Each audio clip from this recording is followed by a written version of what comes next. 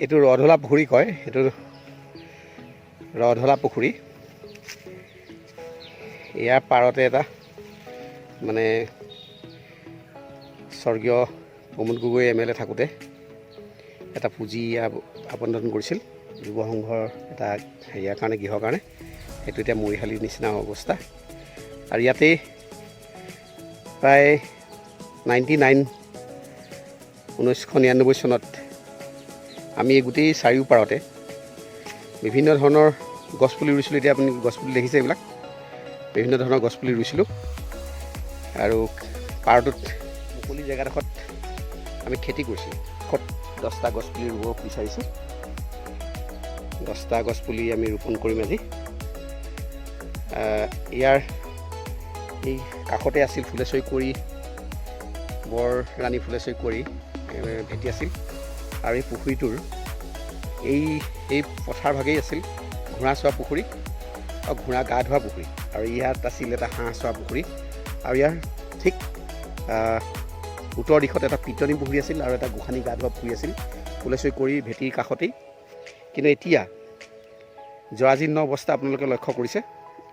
এইটো ৰধলা পুখুৰী, ইয়াৰ নাম ৰধলা পুখুৰী। আমি ইয়াত বুৰঞ্জীত তেনেধৰণে পোৱা নাছিলোঁ, কিন্তু এটা কথা মুখে মুখে আহিছিল যে জয়মতীক যেতিয়া চাওদাঙে শাস্তি আছিল, তেতিয়া লাই লেচাই এইফালে দি আহিছিল মাকক চাই যাবলৈ। আৰু তেতিয়া ঠিক চাই পেলাই ঘূৰি আহোঁতে এই পুখুৰীটোৰ পাৰত পিয়াহ লাগি পেলাই পুখুৰীটো পানী খাইছিল, আমলখি খাই আহিছিল খুব। সেইটো আমলখি খাই অহাৰ কাৰণে হয়তো আমি কোৱা মতে, আমি নাজানো ইমান, কিন্তু আমলখি খাই তাৰপিছততো পানী খালে এনেও সোৱাদ হয়। আৰু সেই শিলিখা আমলখি খাই আহি পেলাই এয়া পানী খাইছিল আৰু খুব মিঠা পাইছিল। আৰু তাৰে নাম দি থৈ গৈছিল ৰধলা পুখুৰী। আৰু সেই এতিয়া প্ৰচলিত হৈ আছে ৰধলা পুখুৰী নামে। কিন্তু এই পুখুৰীটো জৰাজীৰ্ণ অৱস্থা।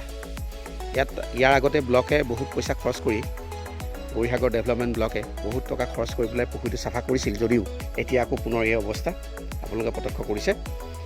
আজি আমি ইয়াৰ পাৰত 10টা গছপুলি নিজাববীয়াকৈ ৰোপণ কৰিম। বেৰাটো আছে, ব্লকৰ ডেভেলপমেণ্ট ব্লকে এটা বেৰা দিছিল, কিন্তু তাতো মানুহৰ বেৰাৰো মানে কোনো হেৰি নাইকিয়া কৰিছে, বিভিন্ন ধৰণে নষ্ট কৰিছে। কিন্তু আমি এই কথাটো পুৰাতত্ত্ব বিভাগ বা অসম